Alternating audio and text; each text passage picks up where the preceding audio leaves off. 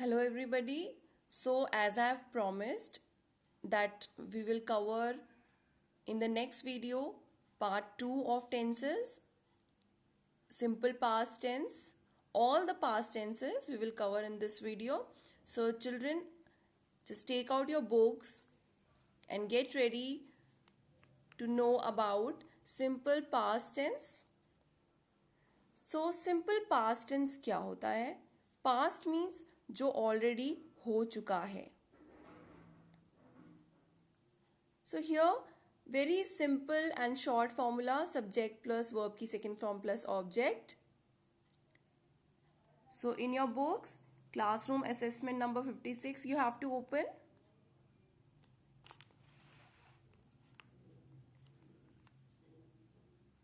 हम यहाँ पर यूज कर रहे हैं did का, आप देख सकते हैं बेटा. So here very first exercise, rewrite the following sentences in the negative. Remember, when you use did, write the first base form of the verb. Yes, very important thing that I have to tell you that beta whenever we use did, तो हम वहाँ पर ed जैसा इस्तेमाल नहीं करते हैं. आप लोग ज़्यादातर ये मिस्टेक करते हैं while speaking English लैंग्वेज में. जब भी हम did का इस्तेमाल करते हैं हमें ये पता होता है कि we are talking in past, so हमें लगता है कि हमें ed लगा देना चाहिए. बट बहुत ही बड़ी मिस्टेक हम यहाँ करते हैं. See here, जब भी हम did का इस्तेमाल करेंगे वहाँ पर हम सिर्फ बेस फॉर्म का ही यूज़ करेंगे. Like I made a mistake. यहाँ पर हमें सिंपल पास्ट टेंस में एक सेंटेंस दिया है, I made a mistake. मैंने गलती की. नाउ I हमें यहाँ पर नेगेटिव में रखना है. सो I did not make a mistake. यहाँ made था, हमने यहाँ make का ही इस्तेमाल किया है. सिंपल पास्ट टेंस में वर्ब का सेकेंड फॉर्म यूज किया गया है. But whenever you use did, तो हमें यहाँ यूज करना है make, base form of the verb. कभी भी सेकेंड फॉर्म थर्ड फॉर्म का इस्तेमाल नहीं किया जाएगा. I did not make a mistake. Now next is question words. यहाँ पे हमें इंटेरोगेटिव फॉर्म में पुट करना है. So the first one is they informed the police. Now question पे पुट करना है तो हम क्या करेंगे, डिड आ जाएगा आगे और दे चला जाएगा पीछे. Did they inform, did use कर रहे हैं, ईडी का इस्तेमाल नहीं. तो did they inform the police. ऐसे ही आपको सब सेंटेंसेस में डिड को आगे रखना है और जो भी वर्ब है उसकी फर्स्ट बेस फॉर्म ही यूज करनी है. No second forms, no third forms. So here is your book exercise. I hope you understood simple past. Simple past का formula subject plus verb की second form plus object. But जहाँ हम did use करेंगे वहाँ हम base form का ही इस्तेमाल करते हैं. So children, moving forward, classroom assessment number 57. Here is your mixed exercise with present perfect and simple past tense. Simple past हम ऑलरेडी डिस्कस कर चुके हैं और प्रेजेंट परफेक्ट हम प्रीवियस वीडियो में डिस्कस कर चुके हैं. So you have to do this by your own.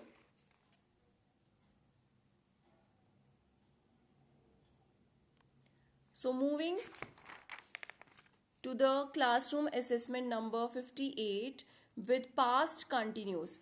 अब कंटिन्यूस की जब हम बात करते हैं तो वहाँ हमें याद आता है ing, जहाँ पर हम वर्ब की फर्स्ट फॉर्म ही यूज़ करते हैं. बट हम क्या यूज़ करते हैं, वॉज एंड वर. तो हमारा फॉर्मूला जो है पास्ट कंटिन्यूस का वो हो जाता है was subject plus was were plus verb की first form plus ing plus object. जब वो पास्ट में हम बात कर रहे हैं तो इज एम आर नहीं यूज करते हैं, क्या यूज करते हैं, वॉज वर. प्लस ing क्योंकि कंटिन्यूस है.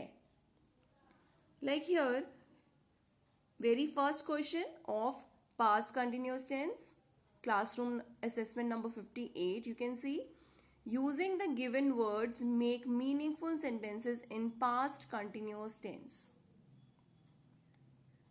The boys fly kites. अब यहाँ पर boys है, प्लूरल में है, तो प्लूरल के साथ हम यूज करते हैं were. The boys were, fly है, कंटिन्यूस में चेंज करना है ing. The boys were flying kites. ऊपर वाला सेंटेंस हमें डिनोट करता है बॉयज काइट उड़ाते हैं. बॉयज वर, बॉयज काइट्स उड़ा रहे थे.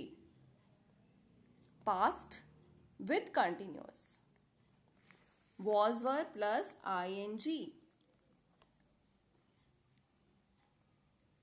Here is your book exercise, very simple. Putting was were with the subjects and verb में हमें यूज करना है ing.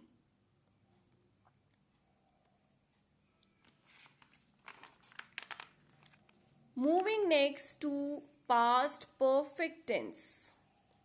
जैसे कि हम प्रेजेंट परफेक्ट में हैज हैव यूज करते थे, वैसे ही हमें पास्ट परफेक्ट में हैड यूज करना है. Everywhere you have to use had with the verb third form. Verb की थर्ड फॉर्म के साथ हैड यूज करना है. सो हम पहला क्वेश्चन देखेंगे क्लासरूम असेसमेंट नंबर 59 का. Using the given words make meaningful sentences in past perfect. Here, it not happened before. पहले कभी नहीं हुआ. अब हमें यहां पर past में चेंज करना है with perfect में. It had not. had का यूज करेंगे हम perfect में, past perfect में. It had not happened, verb का third form, happened before. So this is the concept of past perfect tense. Had का use करना है, I am repeating, had with third form of the verb.